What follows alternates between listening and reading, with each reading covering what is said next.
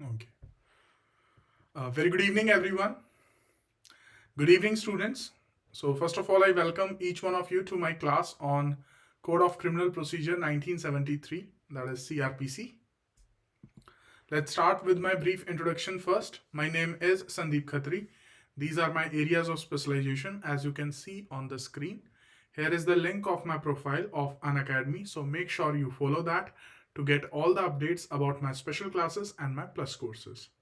This is the link of my Telegram channel where you can connect with me and ask your questions and problems. This is my code Khatri10, which you can use to get free access of all the special classes available on Unacademy. Now I request everyone, please be attentive, and this is going to be interactive session. So the moment you feel you're not clear with anything, feel free to ask your questions in the comments and I'll answer accordingly. So before starting today's topic, that is going to be confession, if you do have any questions in your mind, you may ask. Yes, anyone? If not, then I'm starting with this topic, that is confession.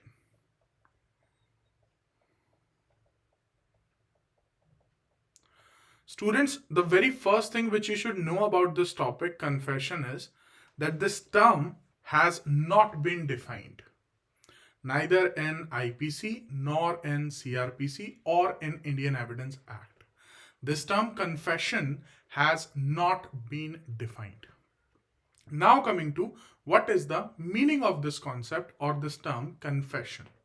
So confession is basically admission of an offense.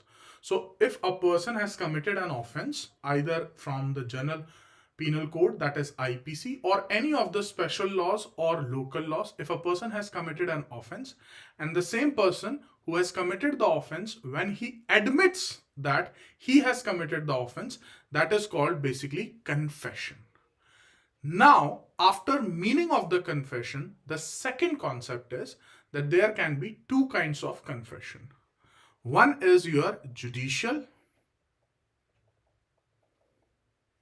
and the next one is extrajudicial.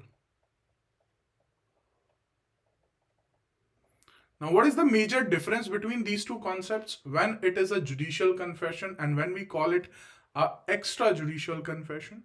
So when the confession is in a front of a judge, that will fall under the category of judicial confession. And any other person other than a judge, then it will called as extrajudicial confession. When we say the concept of judicial confession, that is something which is under section 164 of CrPC. And when it comes to extrajudicial confession, that is your section number 24 till section number 30 of Indian Evidence Act. Now let's discuss all these sections one by one.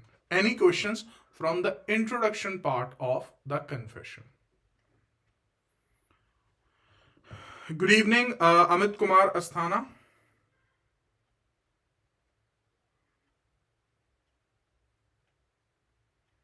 Kindly elaborate about the use of the term statement in contrast to confession under section 164 CrPC.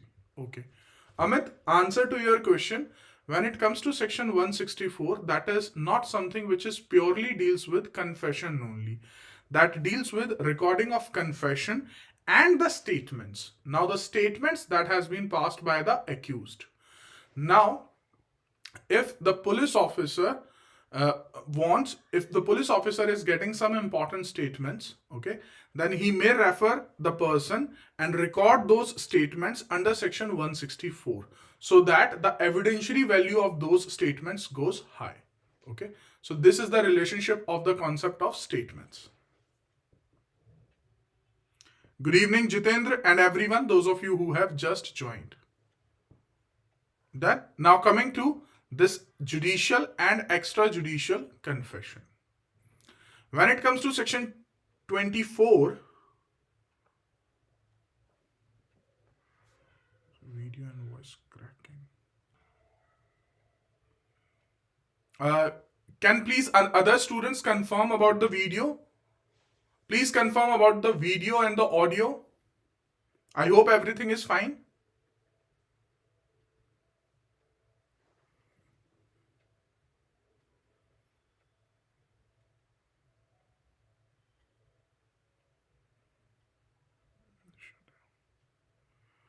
Any other students, please confirm this. Voice check 1 2 3.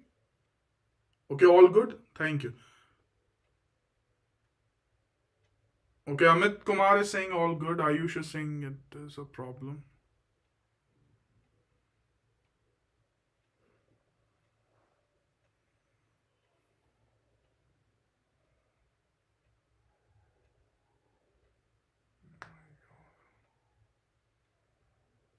Should be an issue.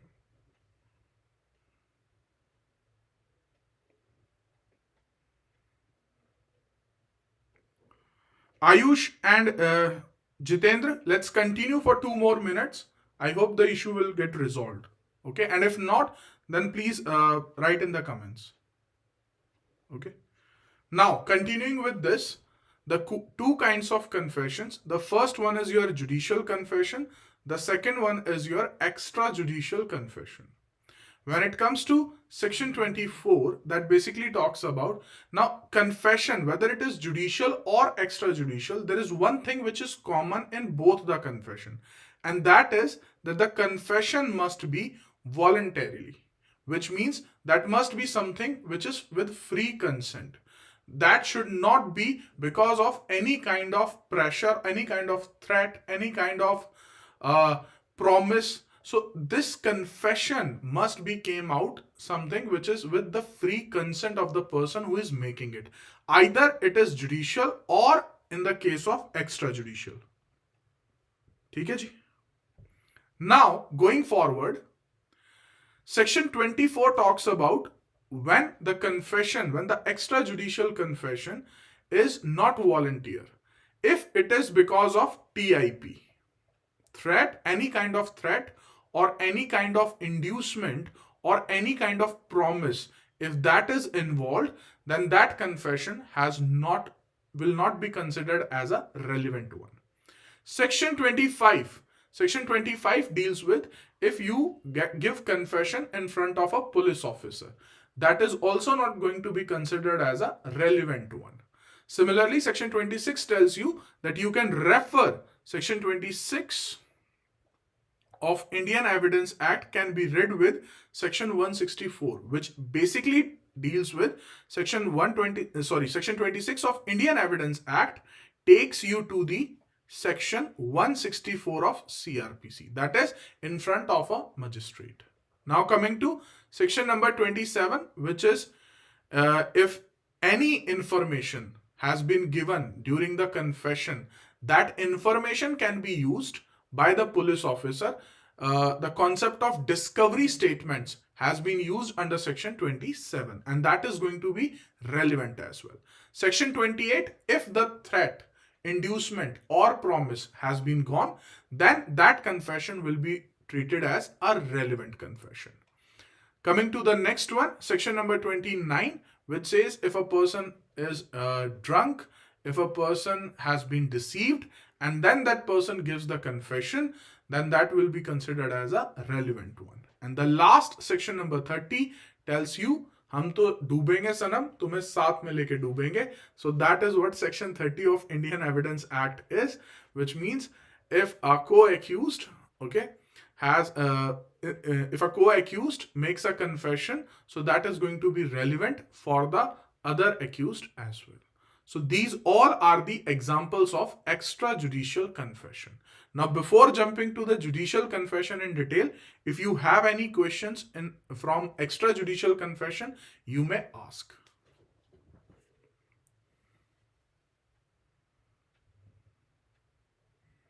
Yes, please.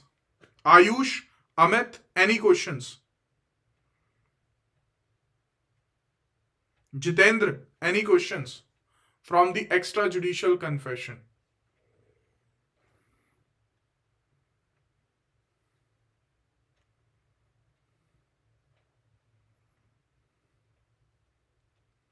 Okay. Going forward with the judicial confession now. When it comes to judicial confession, we are going to deal with that. Section 164 is in relation to judicial confession. Let's discuss one by one. The very first thing, who has the power under section 164 to record the judicial confession? And the answer is your judicial magistrate, first class, or metropolitan magistrate. They can record confession under section 164. Any metropolitan magistrate or judicial magistrate may, whether or not he has jurisdiction in the case, which means irrespective of the factor of jurisdiction, whether they do have the jurisdiction or not, that is something which is completely irrelevant. Record any confession or statement made to him in the course of an investigation under this chapter or under any other law for the time being in force, or at any time afterwards before the commencement of inquiry or trial. So this is basically before this concept of recording of confession comes before inquiry or trial. Any confession or statement made under this subsection may also be recorded by audio, video, electronic means in the presence of the advocate of the person accused of the offense. So there are two important things. One, the advocate will be present there. Okay.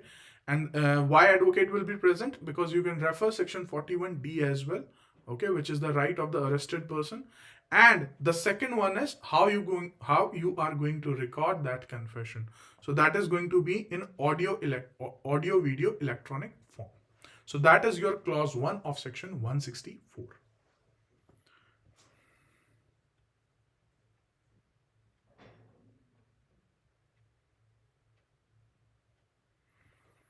Amit Kumar Astana, answer to your question. If accused is in PC, I hope you mean police custody, and is brought before the court, and he confesses his crime before his friend during the recess, will it be a valid confession? See, if a person is making a confession before in front of his friend, that will fall under extrajudicial confession, and that is going to be relevant. Okay, I hope I have answered your question, but that is going to be treated as extrajudicial confession, but at the same time that is going to be relevant. Clear, Amit? Anything else in addition to this?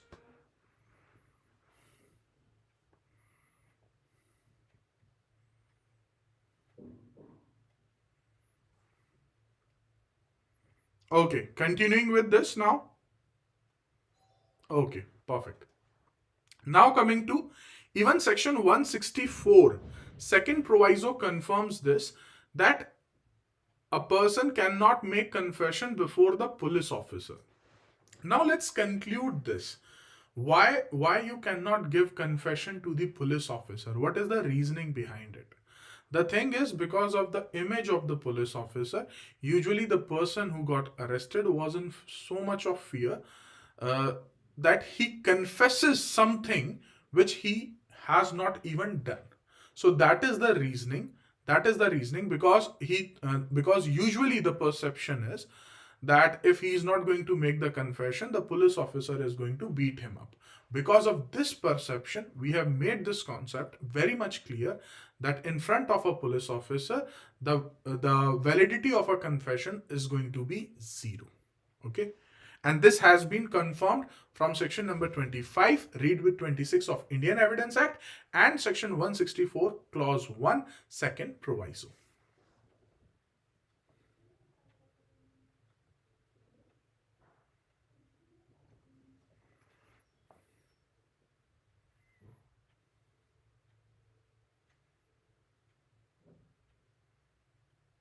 Okay, Amit, you are saying, but he is in the police custody.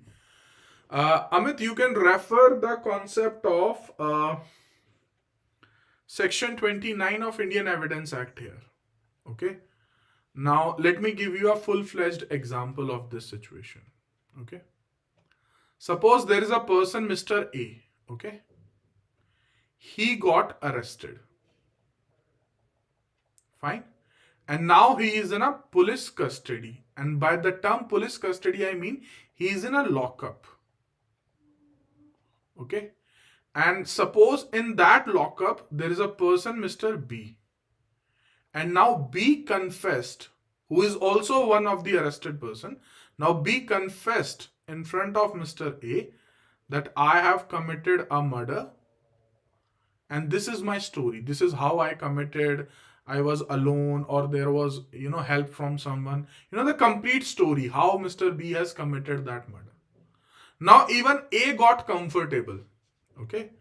And after once he got comfortable, okay, then Mr. A confess his offense in front of B. And later he got to know that he was an agent of the police officer.